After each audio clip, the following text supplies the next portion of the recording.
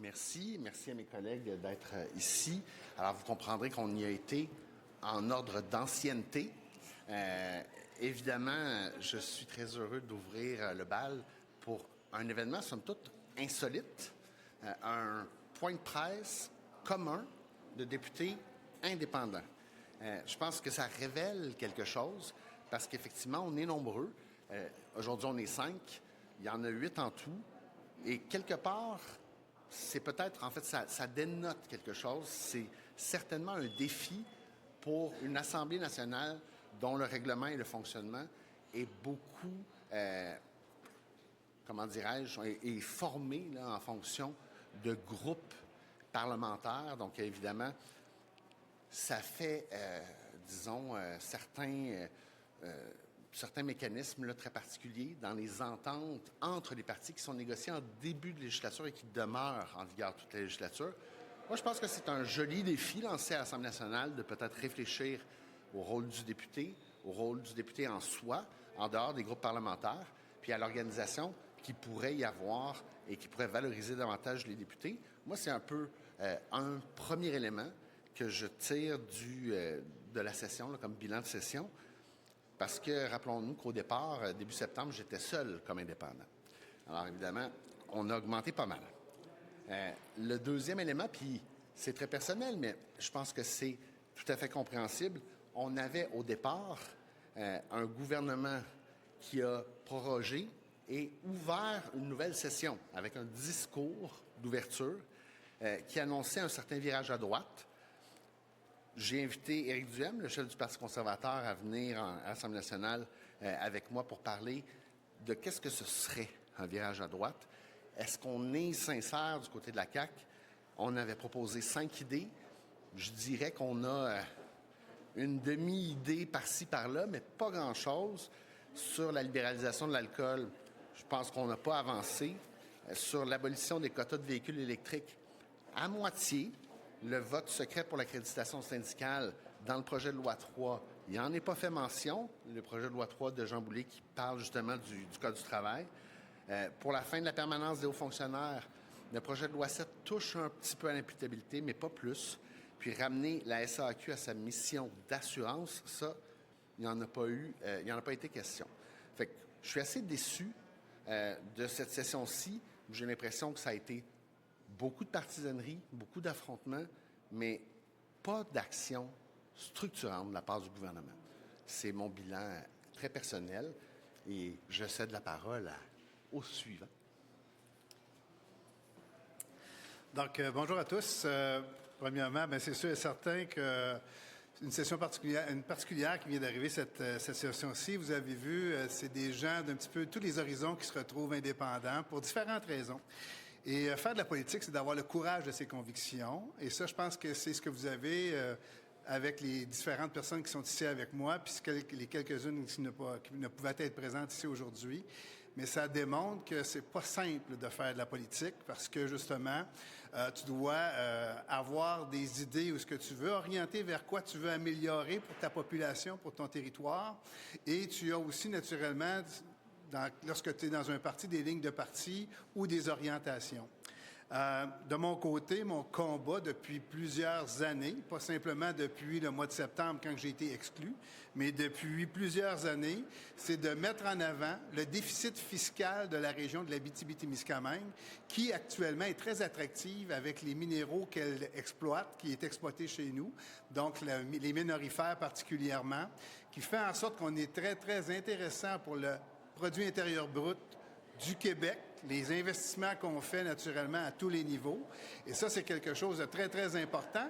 Par contre, le pouvoir d'avoir des redevances additionnelles pour justement améliorer nos infrastructures publiques n'est toujours pas là.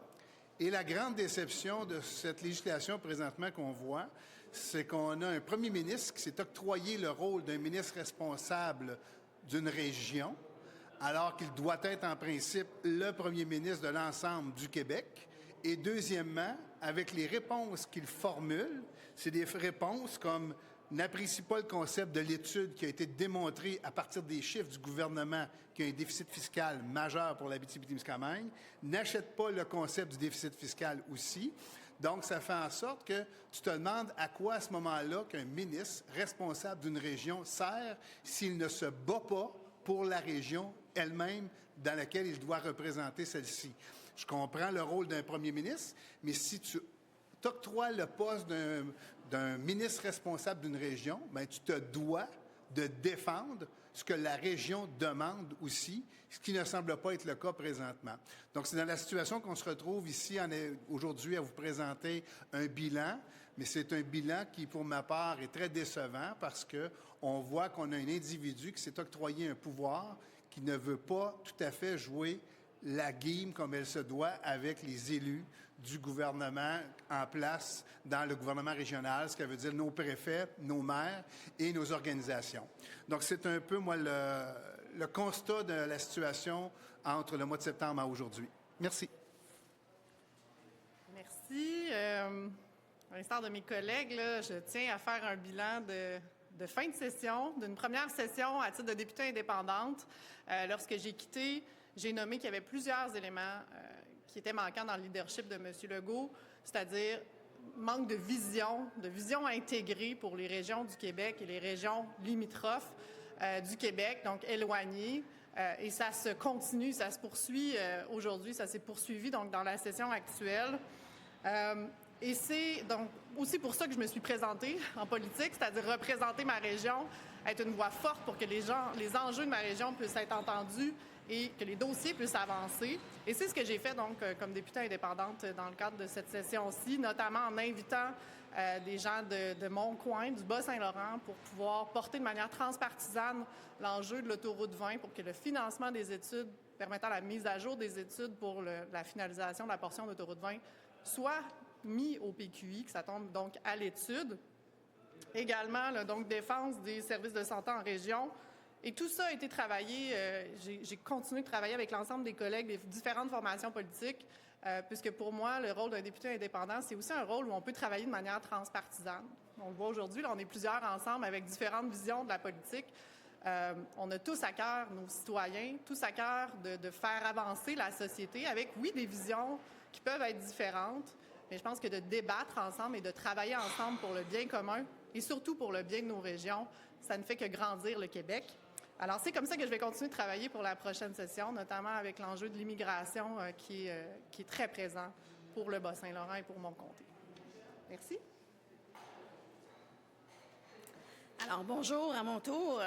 Concernant le bilan, alors, dès aujourd'hui, j'ai déposé un projet de loi sur l'économie sociale. Alors, pour s'assurer dans les cadres régionaux, l'économie sociale ne soit pas une exclusion au PESOC. Alors, dans les 17 régions du Québec, il y en a 11 qui un facteur d'exclusion à ce niveau-là, alors que ce n'est pas le cas au niveau national. Alors, j'ai déposé le projet de loi 495 et j'en suis très fière. On va redonner pour sécuriser les organismes communautaires, enlever le flou justement à ce niveau-là pour permettre aux organismes communautaires de s'assurer un meilleur financement dans leur mission et qu'ils puissent développer un volet marchand. L'autre chose aussi, l'année passée, j'ai initié le sommet sur la sécurité alimentaire partout à Montérégie. Et pour le bilan de cette session-ci, mais on est arrivé avec un plan d'action partout sur la Montérégie, sur le territoire de la Montérégie, qui va créer le plan PLAT. Alors, c'est le pôle logistique alimentaire territorial pour mieux nourrir notre population. Alors, je remercie tous les gens qui sont sur le comité, 15-20 personnes qui sont sur le comité de partout sur le territoire de la Montérégie, qui s'assurent ensemble de bien nourrir notre population. Également, le projet de loi 2 est venu cristalliser mon insatisfaction auprès du gouvernement. C'est la raison pour laquelle j'ai démissionné du gouvernement. Pour moi, le gouvernement doit être rassembleur et non diviser la population. Alors, c'est tout à fait le contraire que le PL2. Le projet de loi a divisé la population. Le projet de loi 2 a suscité aussi de l'inquiétude, de la frustration au niveau des médecins. Moi, j'ai l'hôpital Charlemagne dans ma circonscription et j'ai un GMF universitaire. J'ai beaucoup de médecins qui m'ont mentionné qu'ils étaient insatisfaits face à ce projet de loi-là, 2-là. Alors moi, je me devais, à titre de députée, de bien les représenter à l'Assemblée nationale. À titre de députée indépendante, je suis fière maintenant de les représenter et je vais continuer mon travail sur le terrain avec grand plaisir. Bonjour. Ça a été dit d'emblée, on prend la parole ici selon notre ancienneté comme indépendant. Ça fait pas tout à fait 3 semaines que je suis député indépendant, alors c'est moi le dernier qui parle et j'aurais pas grand-chose à dire sur mon statut d'indépendant parce que c'est relativement nouveau en ce qui me concerne. J'apprends là-dedans, j'apprends surtout que la machine parlementaire, elle est accueillante pour les députés indépendants, c'est-à-dire que la présidence, le secrétaire général, ils font tout ce qu'ils peuvent pour nous accueillir, pour nous accommoder, mais la machine comme telle, les députés indépendants sont un peu des électrons libres là-dedans, puis on perd beaucoup en temps de parole. Alors, je suis en train d'apprivoiser tout ça. Cela dit, je suis ici de mon plein gré et je prendrai exactement la même décision. Je remercie d'ailleurs mes nouveaux voisins, très accueillants, qui ont voulu organiser ça, parce qu'effectivement, si on ne prend pas la parole nous-mêmes, personne ne va nous la donner. Alors, un bilan très rapide de cette fin de session. Ce gouvernement montre tous les signes d'un gouvernement en fin de régime, d'un gouvernement usé après presque 8 ans. C'est particulièrement vrai dans le domaine de la santé, où le ministre de la Santé a été carrément tassé par le premier ministre. Et d'abord par le président du Conseil du Trésor, mais c'est toujours pas réglé. Le diable est aux vaches. La population est hyper inquiète de ce qui se passe, notamment avec des fermetures de cliniques, des médecins qui vont quitter, des médecins qui quittent déjà. Et la situation ne s'est absolument pas améliorée. Ce gouvernement-là me fait penser à quelqu'un qui aurait une vieille imprimante qui ne marche plus, puis qui appuie constamment sur Reset, en souhaitant qu'autre chose sorte et en couleur, mais elle est capote, l'imprimante, alors ça ne fonctionne plus. Moi, j'invite les Québécois au cours des prochains mois à prendre des décisions qui leur conviendront pour la suite des choses, mais je pense que ce ne sera pas du côté de la CAQ qui est vraiment usé. Merci.